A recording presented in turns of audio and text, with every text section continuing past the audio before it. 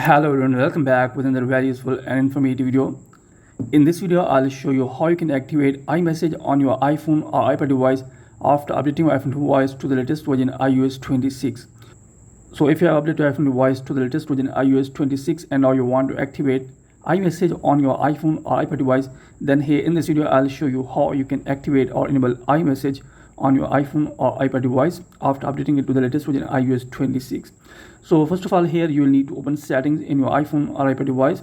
Then after that, scroll down and tap on general. Then here tap on soft update and make sure that you are using an updated version of iOS. If there is any update available, then here you will have to update your iPhone device to the latest available version.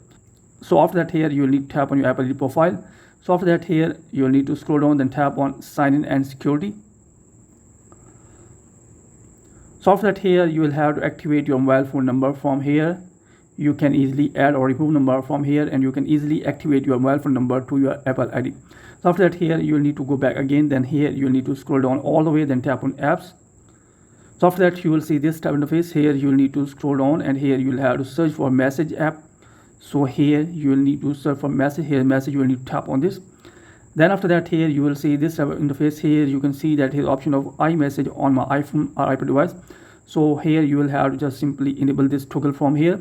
Then after that, here you will have to tap on iMessage apps from here. Then after that, here you will have to enable all these toggles from here.